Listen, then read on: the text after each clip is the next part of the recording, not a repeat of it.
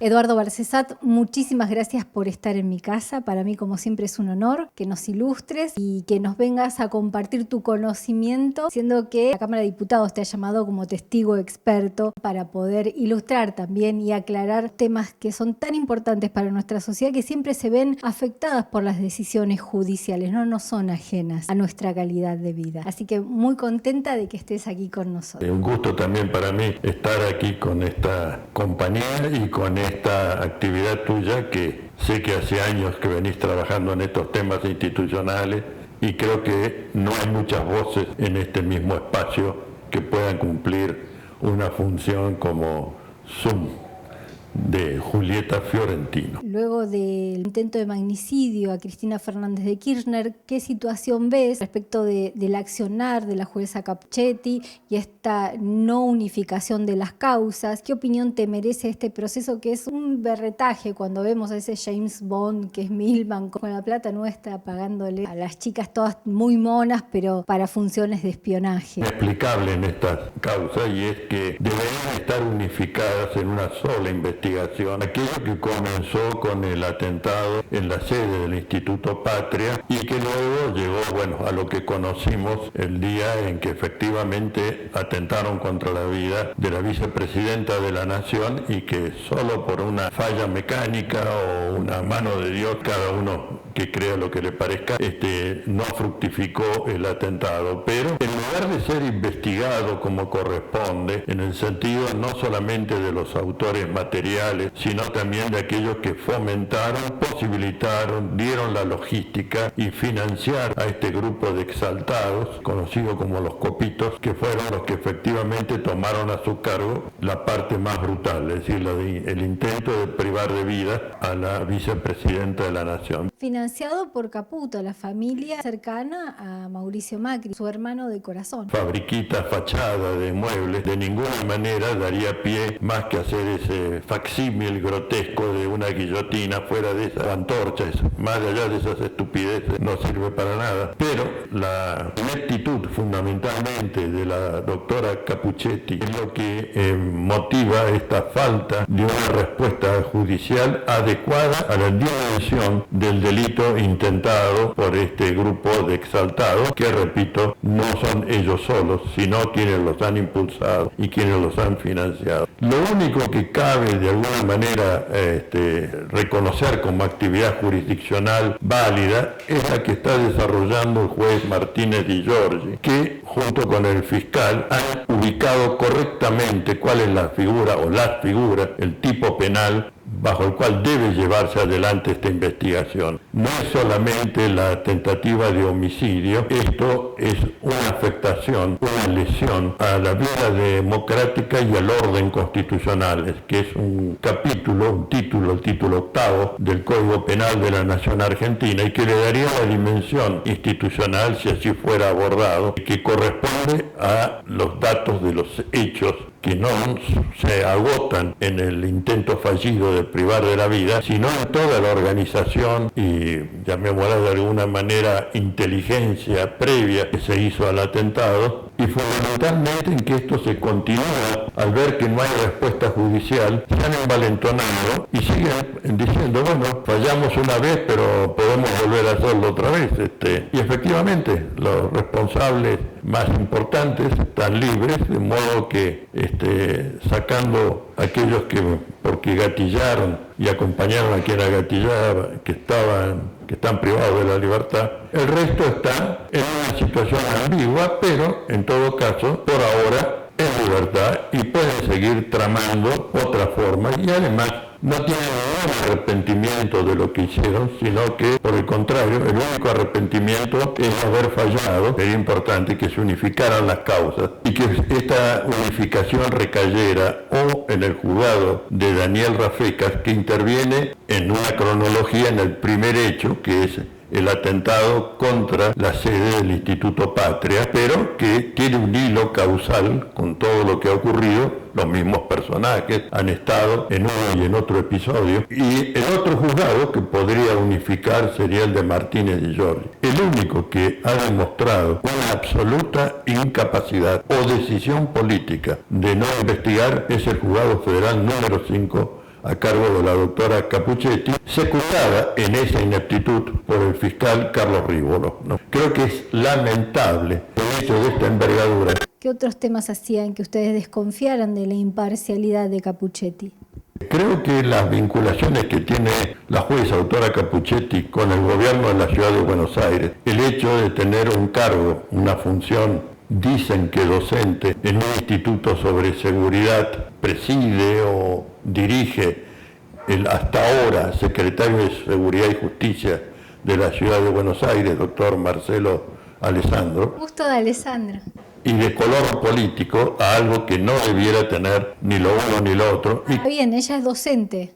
¿Y eso estaría permitido para los jueces? Es docente. Puede ser que lo hayan articulado después de estos episodios que se han conocido. Todavía tenemos que hablar del lago escondido y el desenlace de esto, de cuántos lagos escondidos habrá, ¿no? El lago escondido ha tenido la virtud de alertar a la población de algo que a veces, a través de las palabras de los abogados, de sus contribuciones, no podemos darle la dimensión del carácter de putrefacción institucional que preside el obrar de este sector. Pero ahí en el lago escondido han explotado todos los elementos que componen el lawfare, es decir, el poder económico a través del invitante, me refiero tanto al señor Joe Lewis, que se ha apropiado de parte del territorio argentino, violando, y esto hay que ponerlo claro, disposiciones del Código Civil de Vélez Sarsfield, en cuanto al sentido de que no es susceptible de apropiación la ribera de los lagos. Bueno, pero él ha pasado por sobre esto. Algunos dicen que la ley de tierras rurales no se le aplica, lo cual es cierto, pues la ley de tierras rurales es posterior y no es retroactiva. Pero no hace falta acudir para ponerlo en su lugar al señor Joe Lewis a la ley de tierras rurales, bastaba con haber leído y aplicado el Código Civil vigente a la época en que él malamente se hace de esas tierras y construye su imperio allí en el lago escondido. Bueno, volvemos a hablar de la justicia de clase, ¿no? Porque la justicia para los ricos, la justicia para las corporaciones, la justicia para los blancos. De clase y servil. Y diría un tercer elemento, ignorante. Hay una fuerte dosis de ignorancia. Lamento que un juzgado federal, en este caso el juzgado federal número 5, esté en manos de la doctora Capuchetti, porque no solo tiene esta causa de fundamental importancia, tiene también la causa de investigación, que no ha avanzado nada en la última etapa, de investigación de la deuda contraída por el gobierno Macri con el Fondo Monetario Internacional. Eso es muy grave, porque la estamos pagando, porque ningún juez se levantó, se paró de manos para decir esto, hay que revisarlo, hay que ver por qué se fugó, hay que ver a dónde está el dinero. Por eso la justicia para un solo lado. Es una especie de monstruo bifronte. De un lado persigue al adversario político y del otro encubre con la, yo diría, pestosa saliva de la impunidad a los propios. Esto, evidentemente, si estuviera en otra... Es hacia el adversario político porque hoy está el oficialismo y, sin embargo, es hacia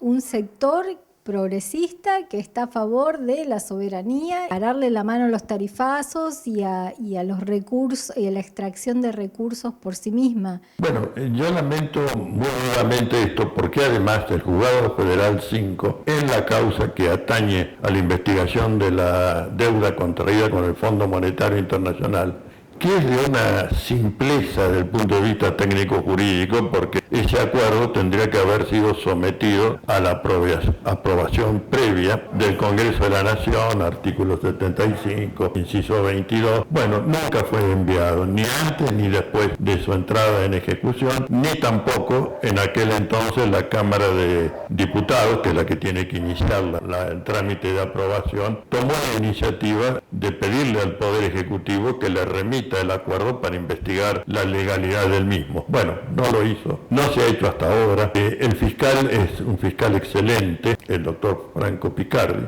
pero la jueza, que en algún momento le delegó la investigación, cosa que puede hacerse de acuerdo con el Código de Procedimiento Penal. Capuchetti, sí, retomó la instrucción para no dejarle, digamos, la iniciativa al fiscal que hubiera conducido, ninguna duda, y sin hesitación, a una anulación de esos acuerdos que tomó Macri sin conocimiento ni aprobación. Ahora totalmente legalizado y legitimado por nuestro gobierno actual. Hemos señalado en múltiples entrevistas que no se puede tener una conducta dual y autocontradictoria, ¿no? Sí, como dijo el gobierno, y esto era lo correcto, ahí había una malversación de fondos públicos, en perjuicio, por supuesto, del patrimonio de la nación, todos los argentinos, y una violación de los deberes de funcionario público, porque no se cumplió con el procedimiento que establece la Constitución, entonces querella, entonces enjuiciamiento, y en ese enjuiciamiento la nulificación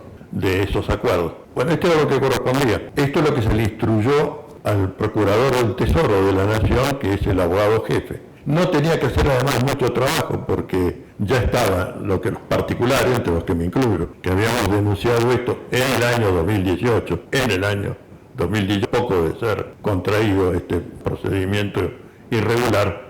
Y estaba también la investigación y denuncia que hizo la Oficina Anticorrupción. La diferencia es que el Procurador del Tesoro se puede presentar como parte damnificada, representando al Estado argentino. Lo hizo, pero al mismo tiempo que lo hacía, sobre la otra mano, y aquí la paradoja, la contradicción irresoluble, el gobierno acordó renovar el convenio, el acuerdo, validando la recepción de los fondos tramados entre la antigua conducción del Fondo Monetario Internacional y el gobierno de Mauricio Macri y sus personas. Con Guzmán a la cabeza en ese caso. Bueno, esto lo hizo Martín Guzmán y nos ha dejado atados. No quiero ser de un pesimismo absoluto, pero en el 2024 y en el 2025 se acumulan los pagos concertados con los acreedores privados y los desembolsos mayores en beneficio del Fondo Monetario Internacional. Ese va a ser un momento de estrangulamiento económico irresoluble porque no hay una incorporación de fondos o reservas en el Banco Central que posibilite atender a esa cuantía de pago. De modo que estamos condenados a una nueva situación, que la vamos a vivir no allá lejos, ¿no? 2024-2025 es el momento, el 2023 es malo, pero el 2024 y el 2025 son lapidarios en la acumulación de compromisos de pago. Bueno, pero se asume la derecha, entregan todo nuestro litio, toda nuestra agua, todas nuestras tierras, nos sacan como los palestinos y se paga cualquier cosa. Eso es lo que hay que ponerle claro a la audiencia. Es decir, a ellos no les interesa cobrar dólares. Ellos tienen la fábrica de dólares, que es el Banco de la Reserva Federal. Hay que actuar rápido porque esto es desesperante. En el año 2008 y 2009, para parar el desbarajuste financiero de la quiebra de Lehman Brothers y después todos los que cayeron detrás de Lehman Brothers, Banco de la Reserva Federal fue el que imprimió 700 trillones de dólares. Trabajó 3 turnos corridos, las 24 horas, para imprimir los dólares, y no fueron dados a los damnificados, fueron dados a los bancos para restablecer el equilibrio en el sistema financiero, 50.000 millones de dólares, que sería la parte de la Argentina. Yo creo que lo resuelven en un solo turno y trabajando a lo sumo 2 o 3 días. Así que los dólares no les interesa, lo que les interesa es eso que vos acabas. El agua, el litio, el petróleo, Los recursos naturales de la Argentina. Ya en el año 2014, este señor Paul Singer, que tanto daño le ha hecho a la Argentina, dijo, bueno, si no me pueden pagar, estamos hablando de los fondos buitres, con dólares, dennos acciones de vaca muerta. Es decir, desnudó perfectamente cuál era la estrategia y la ha renovado esa estrategia el actual embajador de Estados Unidos, Mark Stanley, en esa American Chamber que se mete a opinar de todo sobre la institucionalidad argentina, que se opuso ya al juicio a los ministros de la Corte, por ejemplo. Reta que se unifiquen para las próximas elecciones.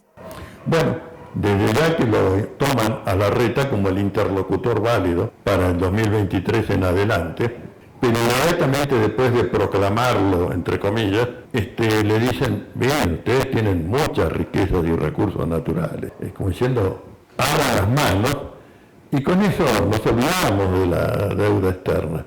Vamos al lago escondido porque También es la articulación de los medios de comunicación, la comunicación en la cual este gobierno no se instaló ni la ley de medios, ni una modificación, ni una actualización, y estos temas es difícil escucharlos. Contanos qué opinión te merece esta posible reforma de la justicia. Lo primero que debe decirse es que se equivocó el camino al comienzo de la gestión del actual gobierno. Bueno, Lula hizo todo ahora. Le quisieron hacer el golpe ahora, por eso justamente. Lula ha actuado con una velocidad y una claridad institucional de cómo se enfrenta un golpe de Estado y los poderes concentrados que es digno de todo elogio y de ser imitado. En nuestro caso, la modificación y democratización del Poder Judicial era obvio. Tenía que comenzar por la cabeza del Poder Judicial, la Corte Suprema. Hoy la Corte Suprema, que también preside el Consejo de la Magistratura, como siempre juez y parte, y se autojuzga y se libera. Haber fallado el diagnóstico,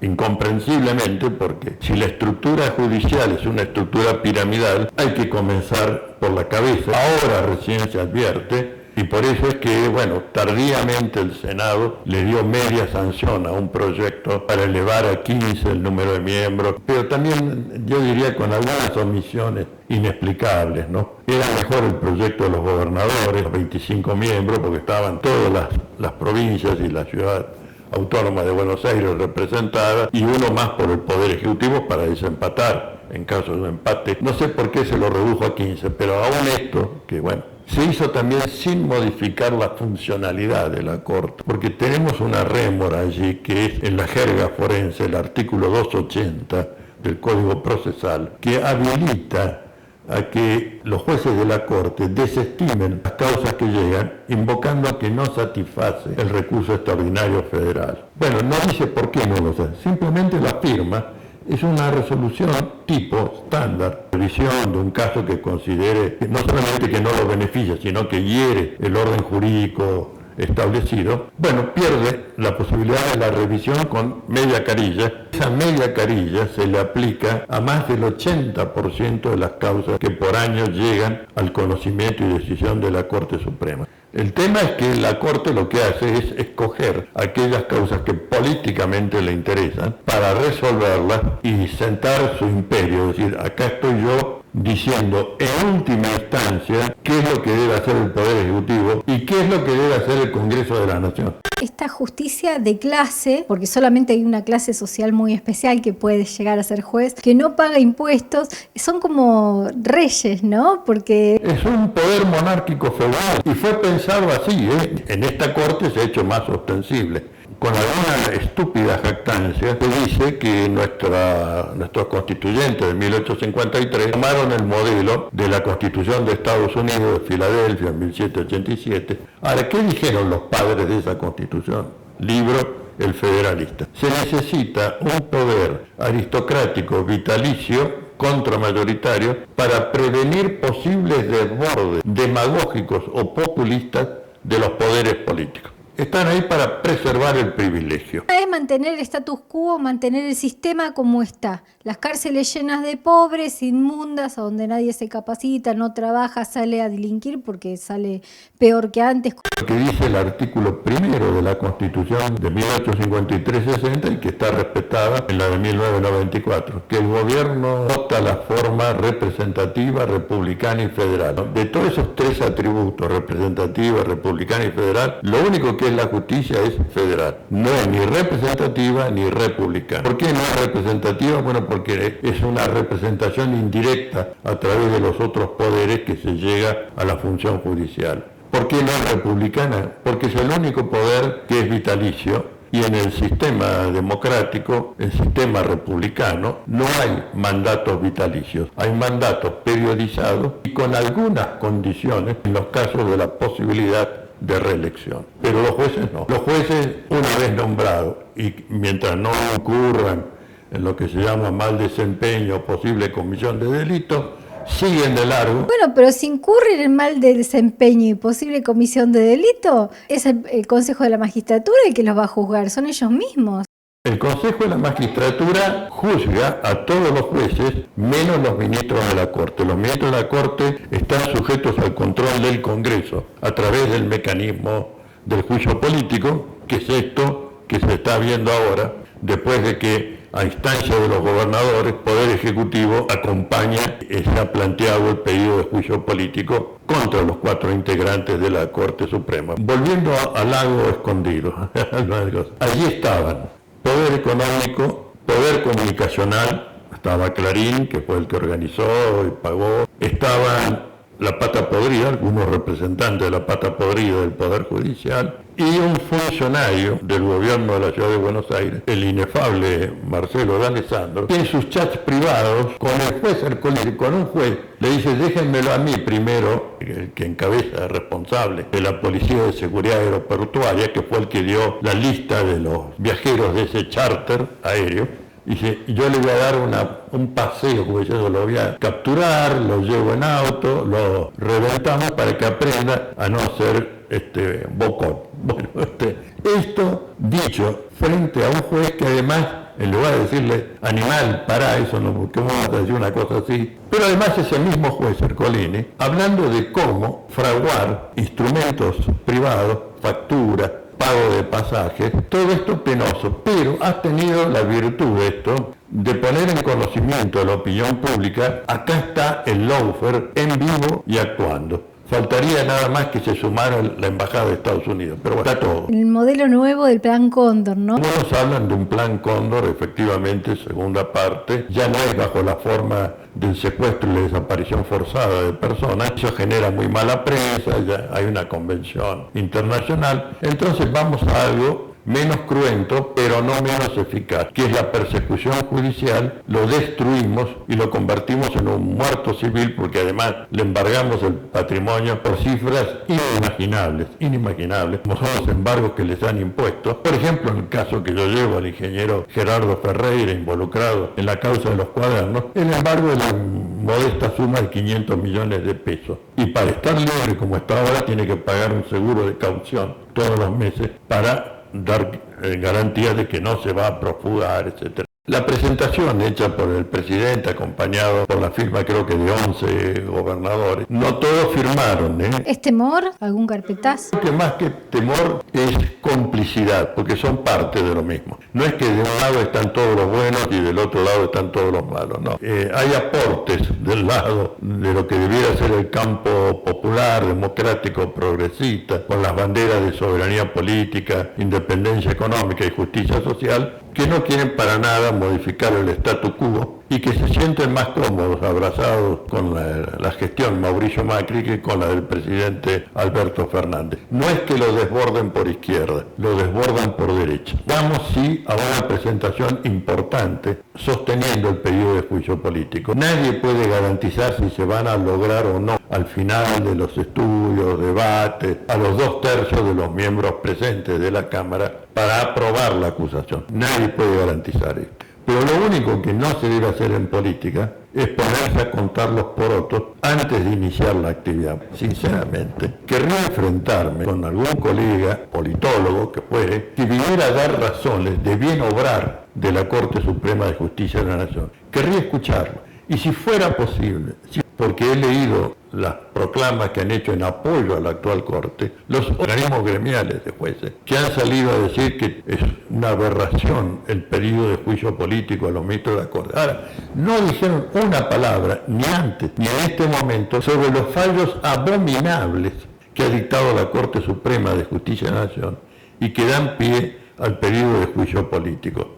Tampoco han dicho una palabra de que esta Corte tiene causas sobre el lawfare, en la causa de los cuadernos, que es quizás la más revulsiva, y en estos 4 años no se ha pronunciado ni aprobando una resolución que reencauce en el derecho, ni diciendo está todo bien, porque tampoco han dicho está todo bien, sigan adelante, que total es una jauja, nosotros les cubrimos las espaldas acá en la Corte. 4 años para decidir si, por ejemplo, una causa se puede iniciar sin el sorteo informático establecido por una acordada de la Cámara Federal en garantía del juez natural de la Constitución. Esto solo que debía tumbar causas como la de los cuadernos misteriosos. ¿A Donde siempre caía en el mismo fiscal, misteriosamente un solo fiscal que recibía por sorteo, entre comillas. Segundo, digamos, Ercolini ha pasado a tener la función principal y Ercolini, bueno, es el que ahora está más golpeado ante la opinión pública por periodo de juicio académico, por la persecución penal, obviamente, ¿no? Veremos en qué termina, pero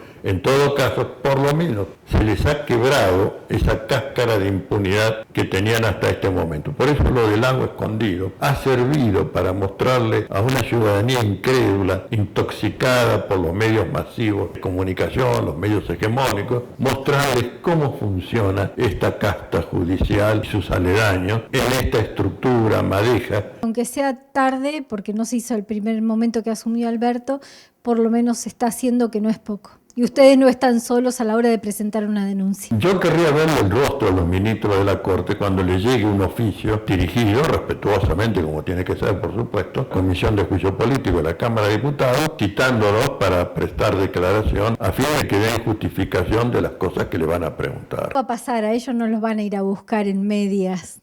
Sepan los jueces, cuando reciban un oficio, que le están respondiendo al primero de los tres poderes que representa la voluntad popular y que es el poder legislativo, o también llamado Congreso de la Nación. La Comisión y de la Cámara de Diputados, y con facultades, efectivamente, de pedir con intervención judicial allanamientos, secuestros de documentación y hacer comparecer a aquellos que se nieguen a comparecer voluntariamente cuando sean convocados por el primero de los tres poderes del gobierno federal. Yo sé que cuando alguien recibe una citación, pasa muy mal la situación, ¿no? Y para quien tiene una omnipotencia, la figura del presidente y de los ministros de la Corte Suprema, de que los citen, porque van a tener que dar cuenta. ¿Tendrán ese pudor? ¿Tendrán el pudor que tenemos los ciudadanos comunes? Esa soberbia se resquebraja cuando se recibe el oficio. A mí me cuesta tanto creer en la justicia. Yo que estoy luchando por mi marca, la marca de Zoom, que la tengo registrada, ya tengo el programa hace 21 años, e ingresó a la Argentina. Y me cuesta tanto creer en la justicia cuando veo que cualquier corporación internacional puede ingresar y aunque estés registrado en el INPI, te pasa por arriba, aunque pertenezcas, aunque la clase ya le corresponda a algún ciudadano. ¿Cómo volver a creer, no?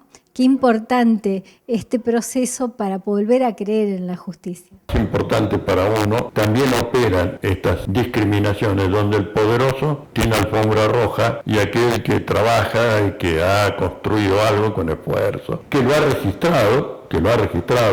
Me gustaría que nuestro presidente tomara ejemplo de su querido y apreciado amigo Ignacio Lula da Silva, que con mucha menor formación profesional, no tiene título de grado más que primario, tiene una entereza institucional, además seguramente de buenos asesores, que le imponen un camino recto, exigente, y que no trepidan en tomar las decisiones que deben ser tomadas. Y esto es lo que la Argentina... Después de que seas testigo experto en la Cámara de Diputados, te esperamos nuevamente en Zoom con Julieta Fiorentino en la ciudad de Mar del Plata y la costa atlántica, que sos bienvenido para también poder asesorarnos a nosotros. Muchas gracias, Eduardo, muchas gracias como siempre.